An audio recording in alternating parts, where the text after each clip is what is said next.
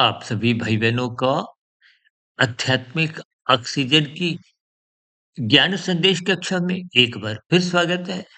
कल हमने चर्चा रखी थी अनिश्चित शब्द पर रजोगुण से जोड़ते हुए संसार को पाने के दृष्टिकोण से और परसों हमने साधना के दृष्टिकोण से सुनिश्चित शब्द सत्वगुण से जोड़ते हुए विशुद्ध सत्वगुणी सत्ता से जुड़ने के दृष्टिकोण से साधना के दृष्टिकोण से बात रखी थी। आज हम देखिए तमोगुण से जोड़ते हुए एक निश्चित शब्द पर एक चर्चा करने जा रहे हैं। देखिए निश्चित शब्द को हमने तमोगुण से जोड़ते हुए इस बात पर एक विशेष बल देने जा रहे हैं ताकि आप और हम कानून के उल्लंघन से बचें, कानून के पालन करें, शास्त्र सम्मत कर्म करें। यानी कि शास्त्रों में जिन-जिन स्थितियों को मना किया है, ये मत करो, ये मत करो, उन स्थितियों से आपको हमें बचना है।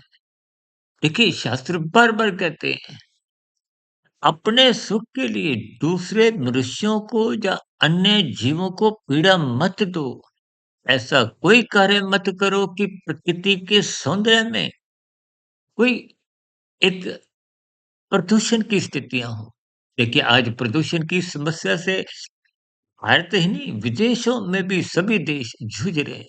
क्योंकि हमारे भोग विषय बिगड़ते जा रहे हैं। औद्योगिक उत्पादन में वो जितनी भी एक बर्बादी की स्थितियाँ हैं, जो वातावरण को दूषित करती हैं। आपकी हमारी भोग विलासिता की स्थितियों में जो पदार्थों का उत्पादन होता है, इन सभी स्थितियों को हमें ज्ञानपूर्वक समझना चाहिए।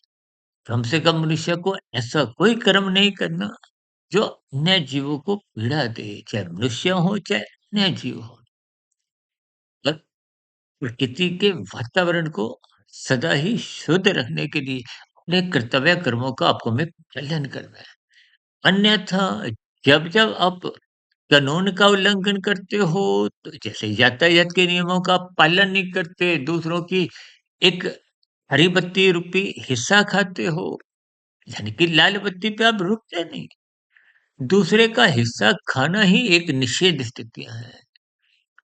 ये तो यातायात का उल्लंघन करते ही आपका हमारा चालान कट जाता है और यही चालान की व्यवस्था कर्मफल सिद्धांत के अंतर्गत जब-जब आप निषेध कर्म करते हो, शास्त्र विरुद्ध पाप कर्म कर जाते हो, उनका आपको में कर्मफल सिद्धांत के अंतर्गत नीचे की योनियों में दुःख रूपी परिस्थितियाँ में एक दुःख झेलने पड़ते। देखिए इन सभी स्थितियों को हम लगभग प्रतिदिन ही समझाते हैं। लेकिन आज क्योंकि एक निश्चित शब्द पर जैसा कि हम अक्सर बार-बार कहते हैं, आपके हमारे किए गए पाप कर्म एक गैर जमानती वारंट है। गैर जमानती वारंट को हो, एक निश्चित स्थितियाँ को हो, एक दुःख रूपी स्थिति का आना निश्चित कहो। क्योंकि कभी-कभी मनुष्य कुछ भ्रम पाल लेता है कि पाप कर्म करने से, इस जगह विशेष पर स्नान करने से आपके हमारे पाप धुल जाते हैं। ऐसी देखिए कहीं भी शास्त्रों में कोई विधान नहीं किया गया पाप कर्म बिना भोगे, बिना प्रतिकूल परिस्थितियों में रहे, वो समाप्त नहीं होता। भले ही आपके नए कर्म सात्विक होने से, सत्संग होने से, परमात्मा के मार्ग पर चलने से, वो पहले के किए गए पाप कर्मों का जो एक प्रभाव है, वो आपको में उतना दुखी नहीं कर। लेकिन इन सभी संकेतों को ध्यानपूर्वक रखते हुए आज की चर्चा में हमने एक निश्चित शब्द यानी कि किए गए पाप कर्म का फल आना 100% एक निश्चित स्थिति है। इन्हीं शब्दों को यहीं विराम देते हैं। कल फिर मिलते हैं कोई नए शब्द, कोई नए वाक्य को लेकर। तब तक सुधीर भाटिया फकीर को इजाज़त दें। वीडियो विशेष को ध्यानपूर्वक सुनने के लिए सभी भाई-बहनों का बहुत-बहुत धन्यवाद।